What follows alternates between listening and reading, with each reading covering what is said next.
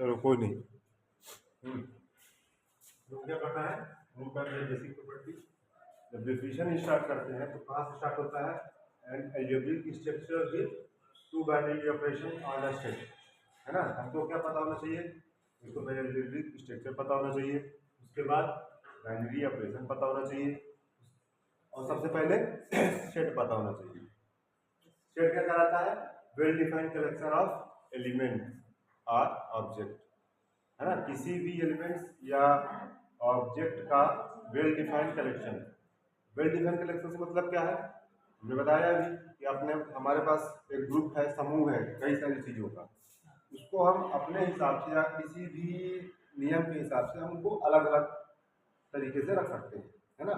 हमारे पास अगर suppose that बच्चे ही हैं, है ना, बहुत सारे बच्चे पढ़ने वाले, तो अपन कैसे उनको अलग कर सकते हैं, क्लास 8 में पढ़ने वाले अलग हो जाए, 9th में पढ़ने वाले अलग हो जाए, 10th में अलग पढ़ने वाले अलग हो जाए।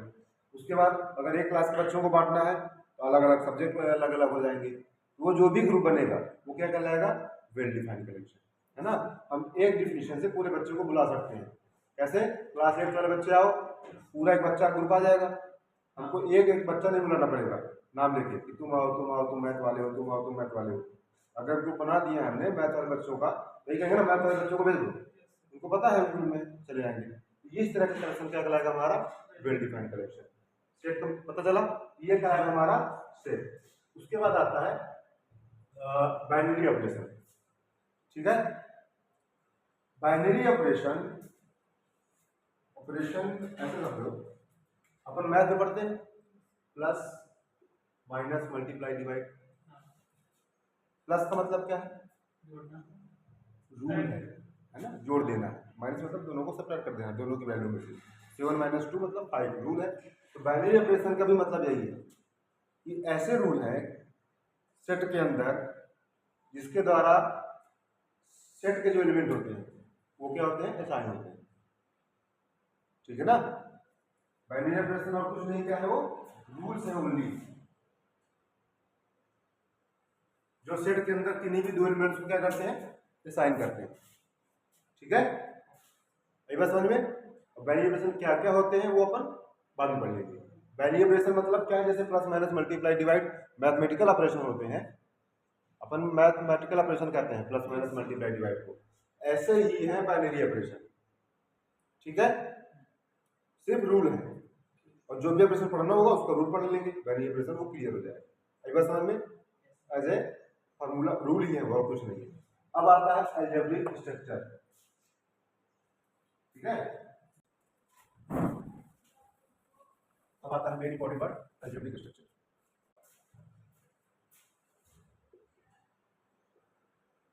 अलजेब्रिक स्ट्रक्चर, ये चीजें जो बताई गई हैं साफ कर दिया होगा, लेकिन याद तो होंगी ना, लिख लोगे, लिखवा दो थोड़ा थोड़ा फिर से, ठीक है, लिखवा दो ना, शॉर्ट में लिखवा दे रहा है ना। सेट का लिख लो, well defined collection of object और एलिमेंट। ये हो गया। एग्जाम्पल याद रहे ना, बोले जाएंगे। एग्जाम्पल क्या लिख सकते हो, set of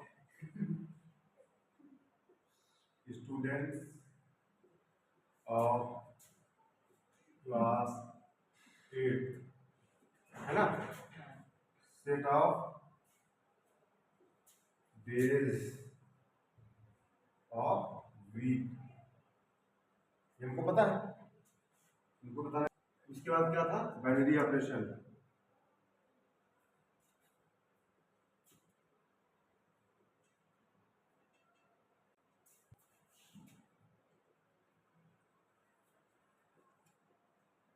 binary operation is a rule on a non-empty set to assign any two elements of set। Binary operation का कोई रूल है जिसके थ्रू हम क्या करते हैं, सेट के किसी भी दो एलिमेंट को असाइन करते हैं, एक साथ लाते हैं, है ना। ये तरीका है कि हमको जो सेट के एलिमेंट है उनको एक साथ कैसे लाना है, ठीक है। वो कैसे डिसाइड करेगा, वो डिसाइड करेगा बाइनरी ऑपरेशन, ठीक है। तीसरी चीज तुम्हारी है क्या, अलजेब्रिक स्ट्रक्चर।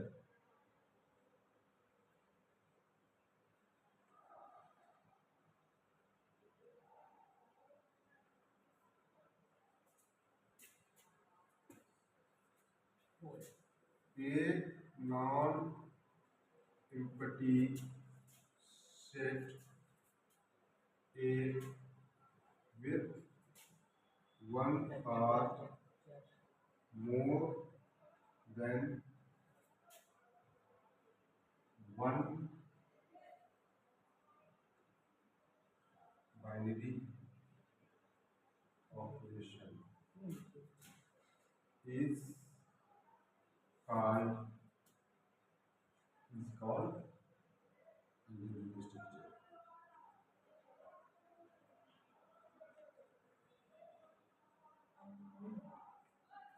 ठीक है।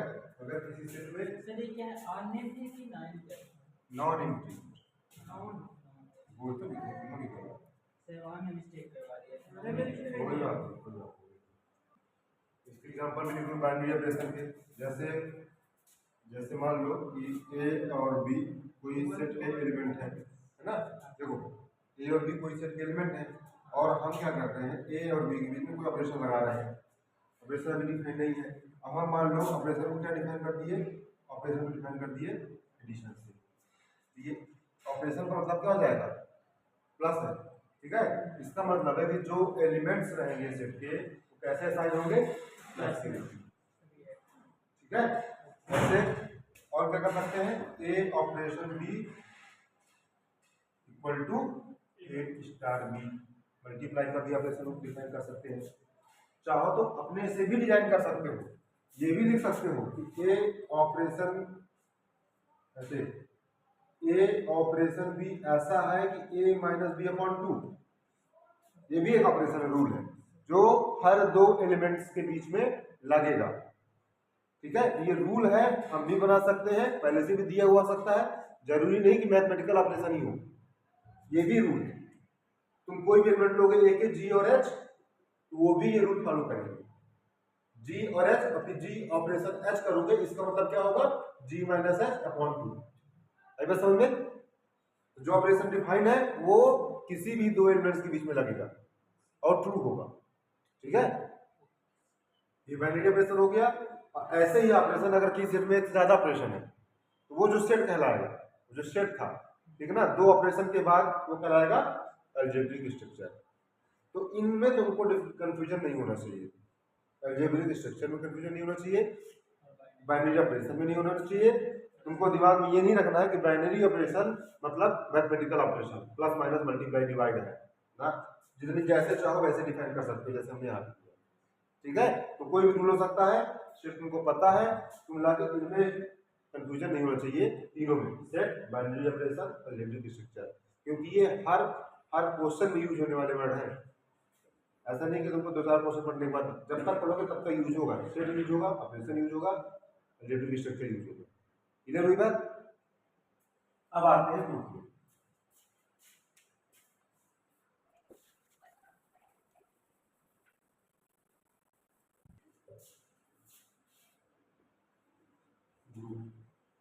लिखो a non empty set zero, non empty set zero. Set को हम ऐसे दिखाते हैं, डिनोट करने का तरीका है। जी क्या क्या बताता है, where G is a non empty set and O क्या होगा, O is the operation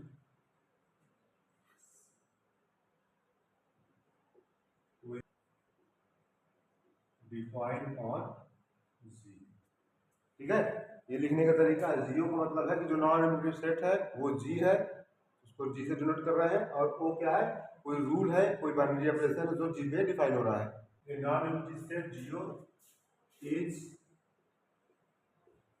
said to be a group if the binary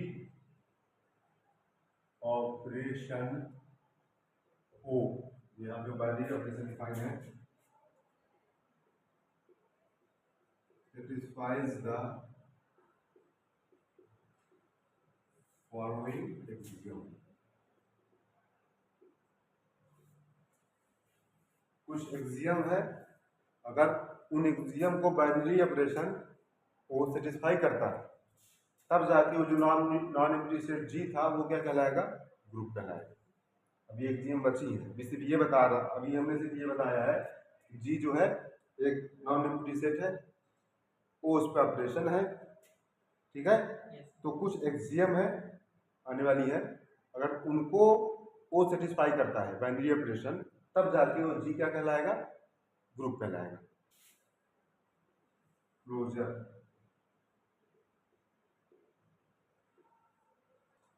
ji is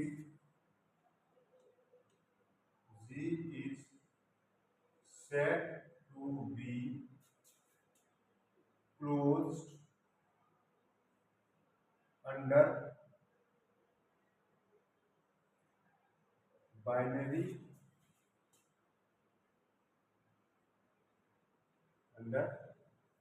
operation O if for every AB belongs to Z, A operation B belongs to G। जल्दी लिख रहे हो? हाँ, लिखते रहता हूँ, सुनते रहता हूँ। क्लोजर एक्सियम क्या कहलाएगा, जी क्या कहलाएगा, क्लोज। कब कहलाएगा, for every a b belongs to G का मतलब है, ये तुम ग्रुप पहली बार पढ़ रहे हो ना, लेकिन लंबा तो पढ़ चुके होगी इस तरह की। For every a b belongs to G का मतलब क्या है,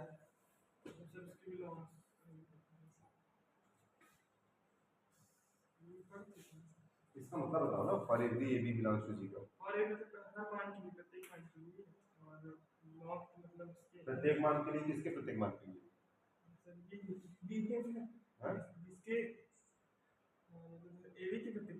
एबी के प्रत्येक मान के लिए, इसका मतलब क्या है तुम बता सकते हो? एबी मैथमेटिकली तुम सही बोल रहे हो, एबी के प्रत्येक मान के लिए। प्रैक्टिकली सोच पा रहे हो इसका मतलब क्या है? एबी के प्रत्येक मान मतलब एबी के कई मान होंगे क्या, एबी की कई वैल्यू होगी क्या, इसकी कितनी वैल्यू है, कई वैल्यू आ सकती है।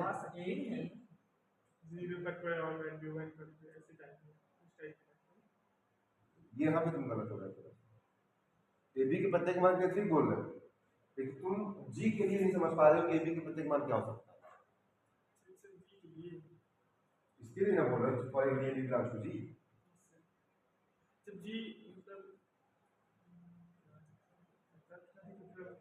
वही थोड़ा सा मिस कर रहे हो बस। जी क्या है, non empty set. Non empty set मतलब एम्प्टी नहीं है वो, उसमें कई सारे एलिमेंट हैं। ठीक है, अभी हमने कितने लिए, दो हमने, और हम ये क्लोजर एक्सियम जो है डिफाइन कर रहे हैं। ये जो एक्सियम है क्या सिर्फ ए और बी के लिए ट्रू है, जी के जो बाकी एलिमेंट है उनके लिए ट्रू नहीं है क्या, होगा ना। ए बी से मतलब है, ए और बी क्या है, दो एलिमेंट है, ए बी से मतलब सिर्फ दो एलिमेंट्स है, और फॉर ए बी का मतलब है कि जितने एलिमेंट है सबके लिए ट्रू है, जैसा ए और बी के लिए ट्रू। हाँ, क्लोजर का मतलब समझो, ए बी बिलोंग्स टू जी मतलब जी के अगर कोई भी दो एलिमेंट है वो क्या है, ऑपरेशन है, डिफाइन है किसमें, सेट में, जी में। तो अगर ए और बी के बीच ऑपरेशन लगाने के बाद भी जो रिजल्ट आएगा अगर वो भी जी में है तब जाके कहलाएगा क्लोज्ड। क्लोजर एग्जाम फॉलो करेंगे। आई बात समझ में? हाँ सर। मतलब अगर ऑपरेशन तुम्हारा क्या हो, प्लस का हो, और 2 और 3 बिलोंग्स टू नेचुरल नंबर होता है, ये ग्रुप मान लो तुम नेचुरल नंबर का ग्रुप है तुम्हारा, तो 2 + 3 भी बिलोंग्स टू n होना चाहिए। 2 + 3 मतलब 5 बिलोंग्स टू n होता है, तब जाके क्लोज कराएगा, ये मतलब है इसका। क्लियर हुई बात?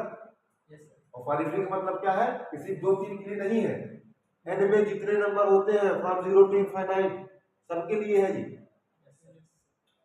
क्लियर हुई बात? फॉरवर्डिंग का मतलब ये है।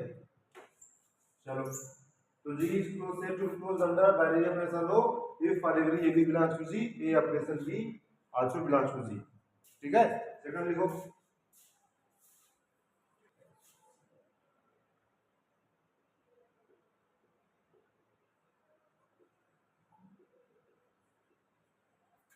Associative axiom, the binary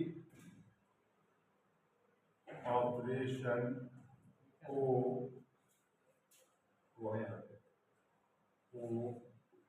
is set to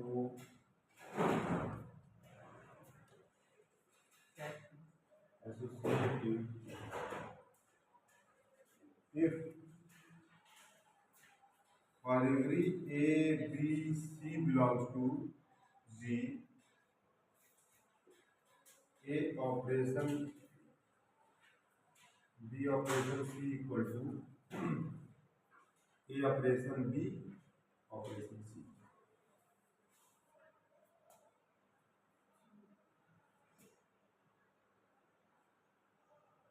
ये क्या है सर? ये OC और B A operation B operation C equal to A operation B operation C।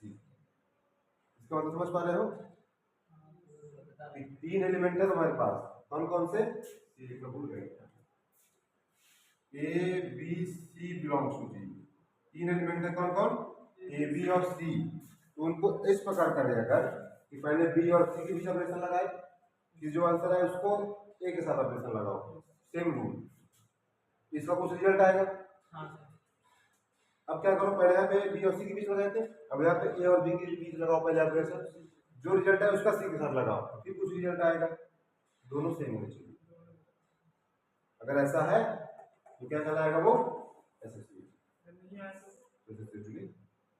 Suppose that plus का ले लिए थे अपन, 1 + 2 + 3, सॉरी ऐसे करो कि मान लो 1 2 3 तीनों ये कहाँ है? नेचुरल नंबर में है ना? तो पहले AC लेंगे फिर BC।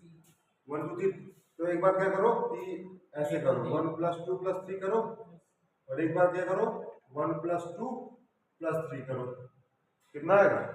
पहले यहाँ जोड़ोगे 3 2 5, और फिर इसको जोड़ोगे तो 6 आएगा, पहले इनको जोड़ो 2 1 3, फिर 3 जोड़ो 6, दोनों केस में बराबर है, ये एसोसिएटिव बनाएगा। मतलब जो नेचुरल नंबर का सेट है वो बाइनरी ऑपरेशन प्लस के साथ एसोसिएटिव, ऐसा बोलोगे।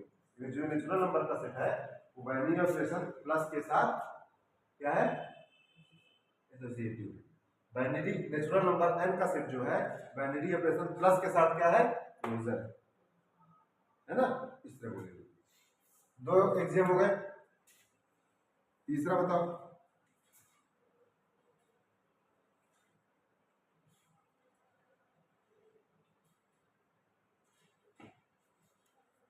देखो लिखो, for every A belongs to G, क्या लिखेंगे? for every A belongs to G, there exists E belongs to G such that A operation E equal to A। देखो चाहे E ऑपरेशन A, ये क्लोजर भी है, तो दोनों ही केस में A आएगा। चाहे E के साथ A का ऑपरेट करो, ऑपरेशन लगाओ, चाहे A के साथ E का ऑपरेशन लगाओ, दोनों ही केस में क्या आएगा? इटसेल्फ वही एलिमेंट मिल जाएगा। ठीक है, और एवरी ये पहले ये G के सभी एलिमेंट के साथ। नहीं समझ में आ रहा? थोड़ा सा ये लैंग्वेज समझने की कोशिश करो, एग्जाम्पल दूंगा तो थोड़ा समझ में आ जाएगा, लेकिन ये लैंग्वेज समझ में नहीं आ रही, इस पर थोड़ा सा वर्क करो। ये क्या है? कोई भी एलिमेंट है जी का। ई क्या है, ई भी कोई एलिमेंट है जी का, ठीक है। अब दोनों के बीच में ऑपरेशन लगाओ तो क्या मिले, यही एलिमेंट यहाँ पे फर्स्ट आएगा, मतलब ये का है वो है। तो इस उदाहरण में अपना जैसे कोई भी ए का 3 मान लेंगे और ई का 6 लेंगे तो फिर ए का 6 क्यों लोगे, 6 ही नहीं कहलाएगा फिर।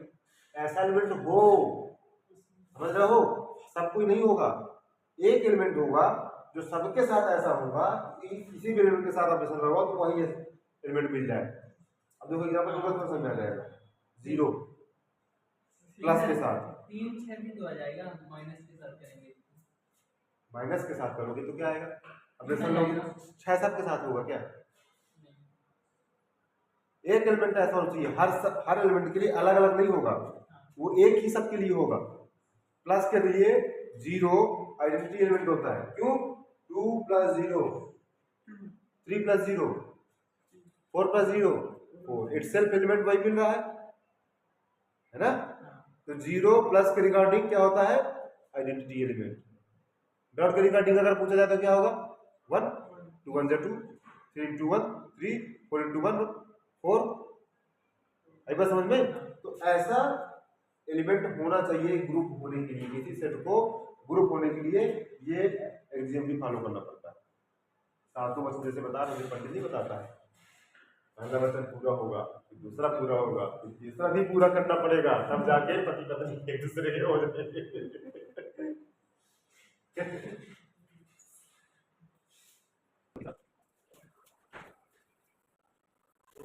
चौथा है तुम्हारा इनवर्स